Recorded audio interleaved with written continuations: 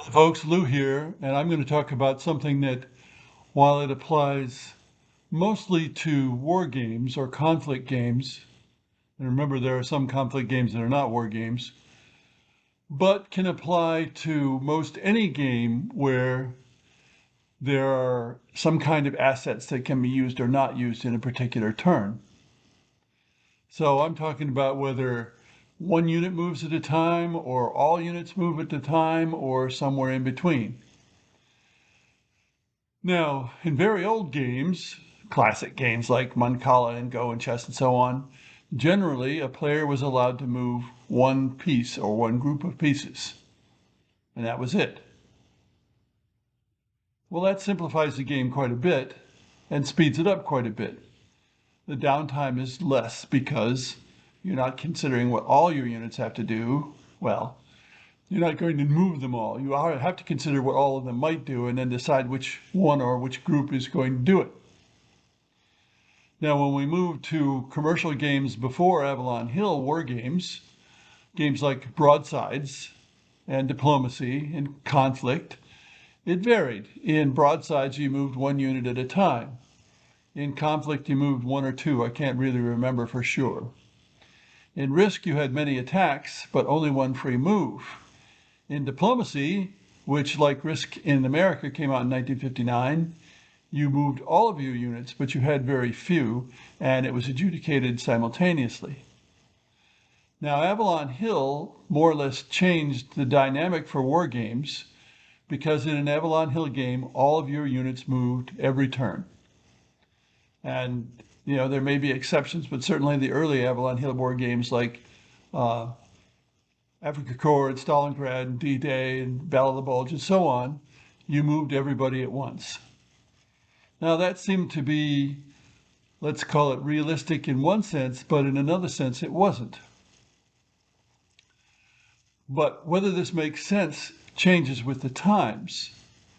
And what generally makes sense nowadays or in the 20th century is fewer units moving rather than all the units moving. Whereas if you go back into ancient times, it makes a lot more sense to have all the units moving at one time. Now, the reason for the difference is that actions such as moving and especially fighting require supplies. There was not much need for supplies in ancient times. You could forage for your supplies to a considerable extent. You didn't have gas guzzling things. You had some animals, yes, you had horses, and you might have some pack animals, you might have some wagons, but in general, the need for supplies was relatively limited. In modern times, of course, the need for supplies is very, very strong. You need to have ammunition, you need to have fuel, you need to have lots of food that you just aren't going to be able to forage. So it makes sense in modern games to limit what a player can do because of his supply. Now, in a game as old as Afrika Korps, there were supply considerations. In many games, there were supply lines, but there wasn't limits to how many units you could move according to what supplies you had. Now we have something like action point games, where you usually have a limited number of action points, and the game rarely lets you save them. And those action points will only let a few of your units move or let you do a few actions. And of course, that's good from a game design point of view because it puts players on the horns of a dilemma, which is an ideal in a conflict game. Card-driven games provide a limit by the nature of the cards themselves. Unfortunately, that limit includes you can't do many things you might want to do because you don't have a card that lets you do it. It varies with the card-driven games. Some are very specific, some are very general. For example, the typical Columbia block game, you have some cards, and many of those cards just say how many actions you can do, and you can use the big card or use a card with fewer actions as circumstances dictate, and that's pretty good.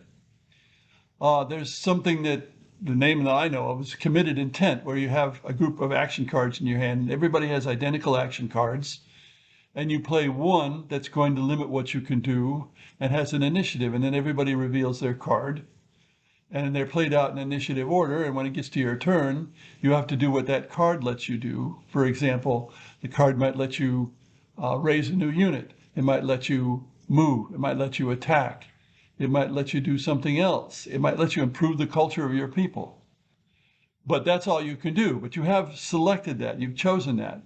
But that speeds the game up in the sense that people don't have so much to do when it comes time to play to execute their card. And it removes the problem of who plays first, because that depends on the initiative on the card.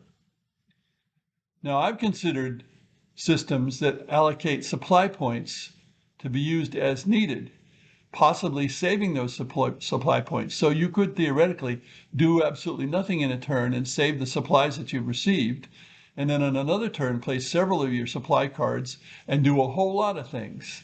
And that is perhaps the most realistic of all these systems that I'm describing, because that's what armies do. They have to save up supplies in order to go on the offensive. They can defend generally without supplies, although if the supplies are really short, even defending is not gonna be able to be done. Again, any of these systems that limit what the player can do are good from a game design point of view, because the player has to make decisions, and those decisions are important. So, does it make sense nowadays to make a game where all the units can move and take actions? Well, it still may be that that's the best for the game, but it doesn't make much sense historically. Some of these limited systems are the kind of systems that I like to use. Thanks for listening.